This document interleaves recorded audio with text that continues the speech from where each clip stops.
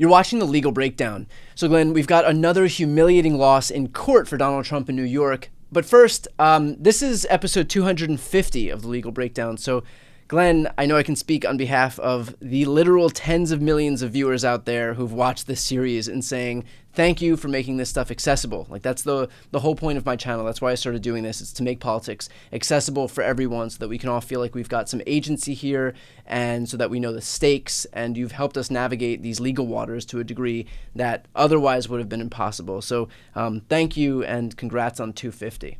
Well, and congrats to you, Brian. I can't tell you how much I appreciate this partnership because your footprint, your reach is certainly far and wide. And I will say the most gratifying feedback I get, and I get it every day, is that, people say, I don't really know much about the law. I'm certainly not a lawyer, but when you and Brian discuss the legal issues of the day, I get it. I understand what's going on. That's gratifying, it's humbling, and it's energizing. And that's why we're, 250 episodes into the Legal Breakdown, and let's get to 500, let's get to 1,000, because it seems like we're going to have a lot to discuss about the Trump trials in the coming, days, weeks, and months. All right, well, let's get right to it here. So back to Trump's big loss in court in New York. Can you speak on what just happened? Yeah, so for the third day running, that has to be some kind of a record. For the third day running, he has had appellate court judges in New York reject his attempts. And I'm going to call them what they are. They are desperate attempts. They are unseemly attempts to try to stop his trial from commencing on Monday, April 15th. He's filed motion after motion after motion attacking Judge Merchan, saying, listen, I still want to dispute the gag order that he put in place, and I don't think the trial should progress, should begin until we can, definitively resolve this gag order issue. He keeps carping about presidential immunity, which, one, he doesn't have, and two, it's been rejected over and over again. These games that he's playing are doing nothing more than highlighting his desperation, makes him look scared, makes him look weak. And now today, for the third day in a row, a New York appeals court judge rejected his attempt to try to put a stop to his trial, claiming again that he wants to keep attacking Judge Merchan and he believes he should be removed from the case. Well, that claim just failed for the third time. Glenn, does this effectively mean that Trump has tried every avenue at his disposal to delay this case and he failed at all of them and has no more left to make use of? So I'm going to split the baby. He has failed each and every time, but I don't think he's run out of tricks. I think his lawyers will probably, reach into their dirty little trick bag and try a couple more things. And I say this from my experience, 30 years as a prosecutor. Here is one of the last ditch tricks that I've seen defendants use when they desperately want to avoid going to trial, but they have no legal basis to delay their trial. They will fire their lawyers on the eve of trial.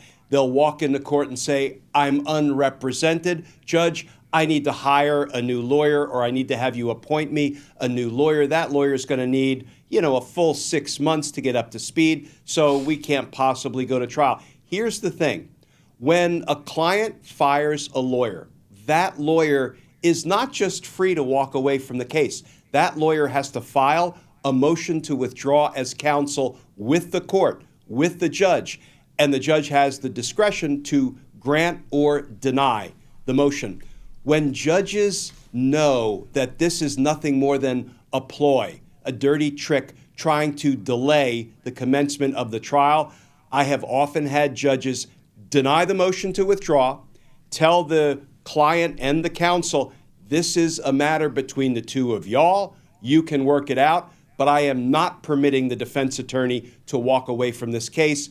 We're going to trial as scheduled. So I could see that being one of Donald Trump's tricks that he will try at the 11th hour. The other, of course, is people are often falling ill or claiming to fall ill on the eve of trial. Now, mind you, sometimes it's legitimate, right? Sometimes you have a defense attorney who gets sick. You might have a prosecutor who gets sick. I've had judges call in sick, and we've had to delay a trial for a day or two. And sometimes a defendant does become ill and can't be ready to go to trial on the date scheduled.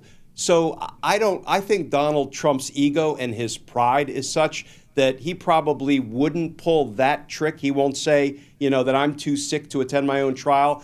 But, at this point, Brian, there's very little I would put past Donald Trump and his lawyers trying to keep this trial from starting on April 15th. Well, hasn't he kind of screwed himself if his goal was ultimately to try to pull this last-ditch effort of withdrawing his lawyers from representing him, because he's done so many dilatory tactics that it just becomes obvious to the judge presiding over this case that nothing is being done in good faith? Yeah, he has created a record that both trial court judges and appellate court judges will look at and say, you're not fooling anybody. You're playing games, dilatory games, nefarious games, trying to prevent your trial from starting. And I think, as we continue to move toward Monday, April 15th, my optimism continues to rise that we are finally, at long last, going to see Donald Trump tried for just some of the crimes he committed. It does seem appropriate that the first case that will go to trial, the first of the 4 cases in which Donald Trump is indicted, is the one that was indicted first in time, and it is the one that involves crimes that are the oldest. These are crimes that were committed to interfere with the 2016 presidential election. So we are now going on, 7 or 8 years? These crimes, are not getting any better with time. So yeah. I think it's fitting that the oldest crimes in time and the first case in which he was indicted is going to be the first one going to trial. Now, we were just speaking about Judge Merchan being able to kind of swat away these dilatory tactics, but do his previous efforts at delay factor, even atmospherically, in the appeals judges' rulings on these issues?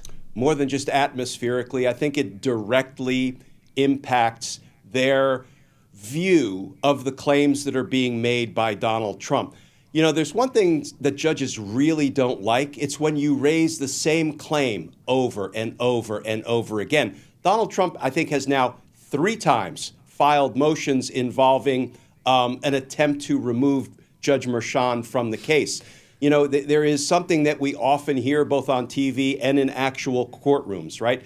When a defense attorney will ask the same question over and over again, the objection is asked and answered, asked and answered, asked and answered.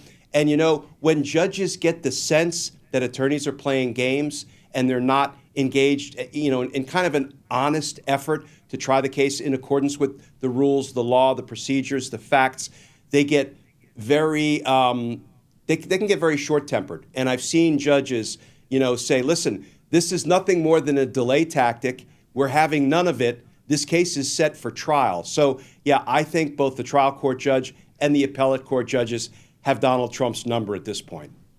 And let's finish off with this. What is the timeline that we can expect here as we head toward April 15th?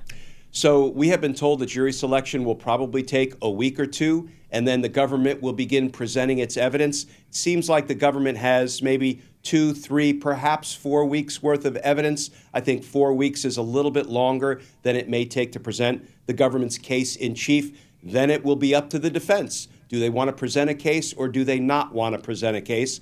It's a 50-50 proposition. You have to remember that a defendant is presumed innocent and has absolutely no obligation to put on a case, to call a single witness, to introduce a single document. They can simply stand on the presumption of innocence and on the burden of proof beyond a reasonable doubt. Many times when I was trying cases, Brian, the defense attorneys would put on no evidence, and then you know what they would argue in closing argument? They would say, ladies and gentlemen, you didn't need me to put on evidence because the government failed miserably to meet its burden of proof beyond a reasonable doubt. So we're urging you to get back into that deliberation room and do your job. Find my client not guilty. Now, there's a lot of bravado that goes into that, and often that is the approach the defense will take when they just don't have any evidence to present that is compelling, that is persuasive.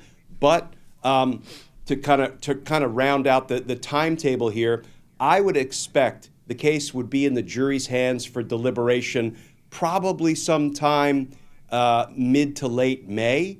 And then, I've said it before, we could have Donald Trump as a convicted felon on or about the 1st of June. All right, and we'll obviously cover this trial from its beginning all the way up to its conclusion, where we hopefully see conviction and then sentencing. So for those watching right now, if you want to follow along with this stuff, do us a favor right now. Click the links right here on this screen and subscribe to both of our channels. It only takes a second. It's a big way to help us in terms of what we're doing, and it's also a great way to stay on top of everything that's happening right now. I'm Brian Tyler Cohen. And I'm Glenn Kirshner. You're watching The Legal Breakdown.